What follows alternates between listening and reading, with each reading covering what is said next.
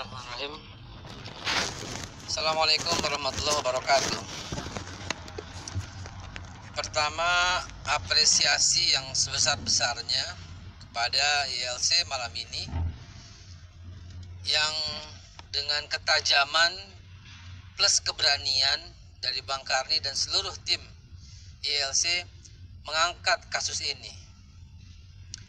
Jelas sekali, kasat mata bahwa pihak-pihak yang selama ini berseberangan ini mendapat amunisi, walau amunisi yang salah. Amunisi yang dipakai itu adalah kerumunan mengakibatkan peningkatan. Padahal jelas sekali barusan yang berkepentingan, yang ahlinya berkata bahwa peningkatan COVID-19 karena kejadian 2 minggu lalu, yaitu libur panjang. Dampaknya sekarang. Namun ini dijadikan amunisi. Semua bersorak-sorai, dari yang terhormat sampai yang terhina, menyerang Habib Rizik, dan sekarang berimbas pula kepada Gubernur Pak Anies Baswedan. Semua pihak telah menjelaskan bahwa ada 398 pelanggaran sebelum hal ini. Ini kita akui ini pelanggaran, tapi selama ini kemana aja? Dan 399 pelanggaran itu terjadi, yang ke-9 nih, 399 kali itu baru kepada Pak Anies, langsung dipanggil. Terus gubernur yang lain boleh begitu? Terus ulama yang lain, habaib yang lain, ustadz yang lain juga boleh begitu? Jadi saya dalam kapasitas juru bicara 212, PA 212 dan HRS Center ingin menyampaikan hal-hal berikut ini. Kita nggak perlu merinci lagi Bang Karni, 398 pelanggaran itu apa saja, kita nggak perlu rinci lagi. Dan yang paling disorot adalah Pas Gibran sendiri gitu kan. Saya akan merinci pertama kali atas kedatangan.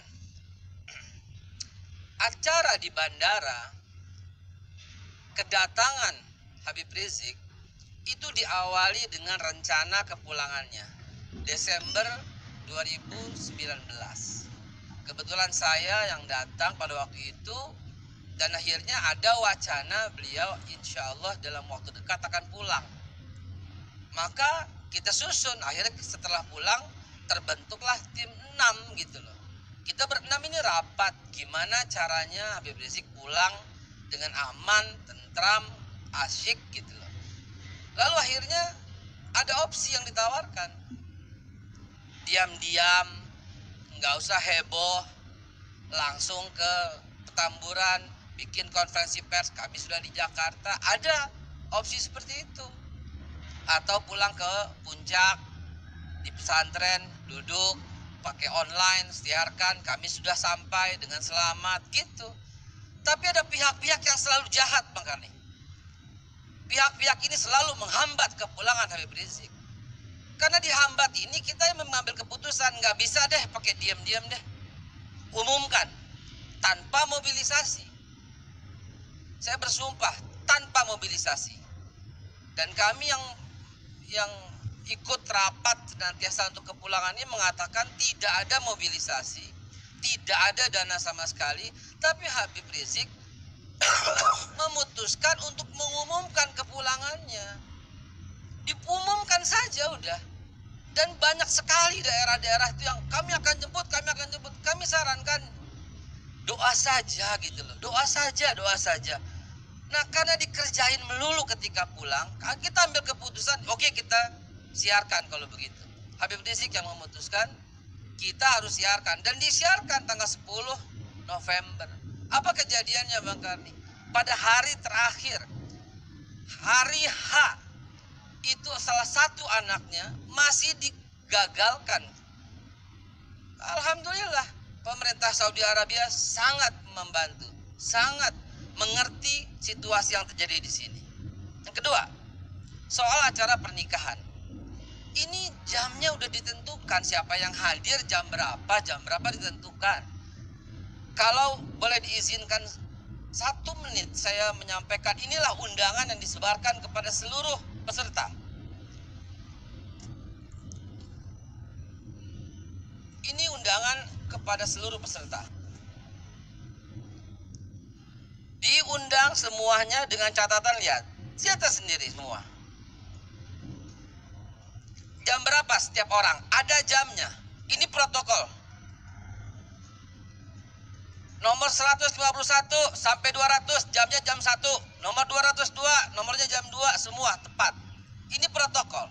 Ini acara walimah anak Habibana. Semua harus pakai masker. Semua harus jaga jarak. Semua tetap mengikuti jamnya. Siapa yang bisa langgar? Siapa yang bisa larang? Kepulangan yang begitu dahsyatnya dan kedatangan di Petamburan yang begitu dahsyatnya, siapa yang bisa langgar? Mau di apa ujung-ujungnya? Mau Habib Rizik yang disalahkan? Padahal kita udah mematuhi semua, nggak ada mobilisasi. Para intelijen mungkin tahulah. Toh kepulangan saya di bulan Desember itu siapa yang jemput juga semua, dude. Para intelijen mungkin sudah tahulah apa yang kami bicarakan di Mekah dan apa yang kami rapatkan. Semua udah tahu, nggak ada yang ditutup-tutupi bahkan. Acara yang berikutnya, Maulid. Dalam Maulid ini kita ikuti semua prosedur. Dari mulai pemberitahuan, dari mulai jaga jarak. Kalau tadi Tirta mengkritik soal bagi masker, terus mau bagi apa gitu. Ya kita emang bagi-bagi masker kok. Terus acara yang di mana lagi? Yang hadir itu bahkan nih waktu di Maulid itu, kita tuh bilang kami mau hadir. Kami sarankan lihat di Front TV saja. Tapi masyarakat begitu menanti kerinduan ini. Jadi big picture-nya ini adalah Habib Rizik gitu loh.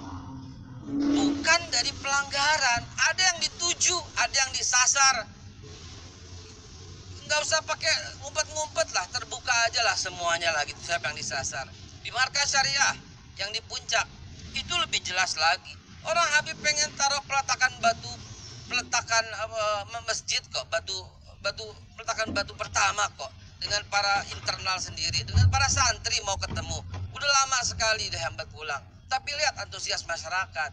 Ini menunjukkan ada orang yang punya pengaruh besar di Indonesia, tapi nggak disukai oleh negara.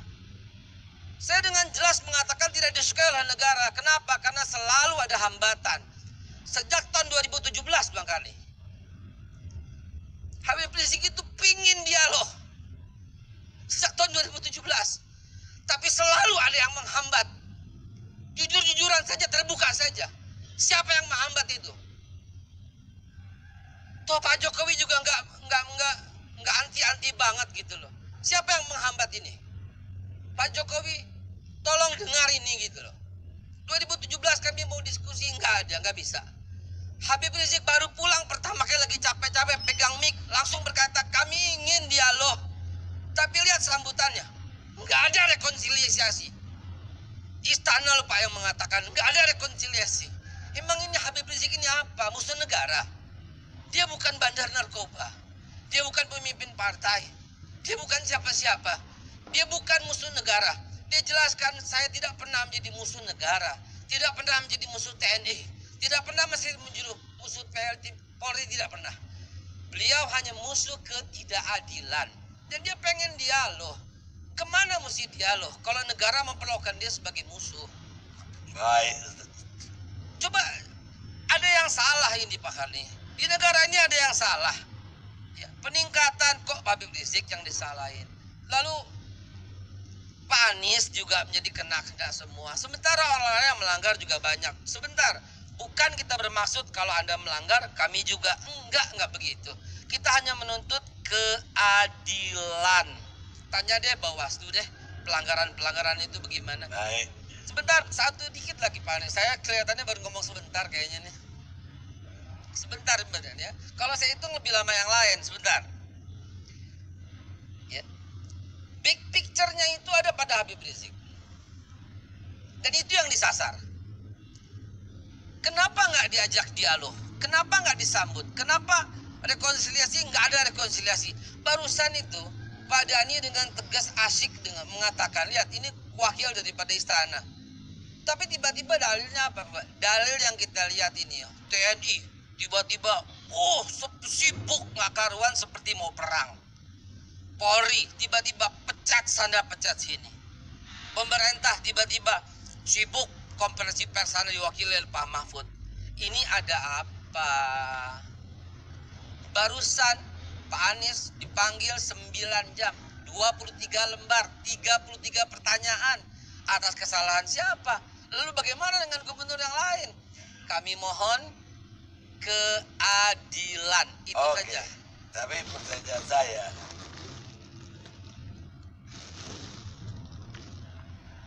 ada 300 lebih pelanggaran.